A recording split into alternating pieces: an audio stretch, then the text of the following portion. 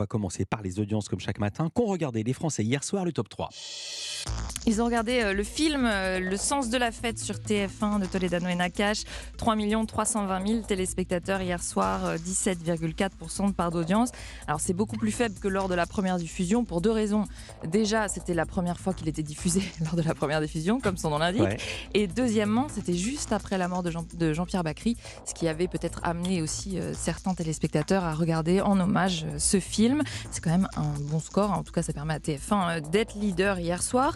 Deuxième, c'est Inspecteur Barnaby sur France 3, 2 920 000 téléspectateurs, 13,7% de part d'audience.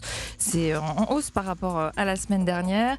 Et puis troisième, c'est France 2 avec son film Largué, 2 720 000 téléspectateurs, 12,8% de part d'audience. À noter que Capital sur M6 fait un record en part de marché pour cette saison avec 13,5% de part d'audience. Mais en nombre de téléspectateurs, ça n'est pas encore un record, 2,5 millions de téléspectateurs. C'était une enquête sur la face cachée des géants du e-commerce. Puis on est lundi, il y a donc les audiences du week-end. Louise, que faut-il retenir? Samedi soir, c'est encore une fois sans surprise la série Cassandre qui arrive en tête même en rediffusion. En face, la Star Academy se porte bien et se porte même très bien sur la cible commerciale qui intéresse particulièrement TF1. Les femmes responsables des achats de moins de 50 ans, c'était en hausse, c'était la demi-finale. En revanche, du côté d'M6, l'audience est préoccupante. Moins d'1 million de téléspectateurs ont regardé la série The Equalizer.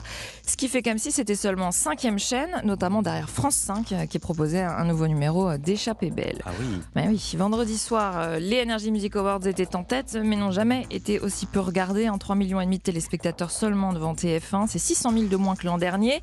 Alors que c'était déjà la plus faible audience historique du programme.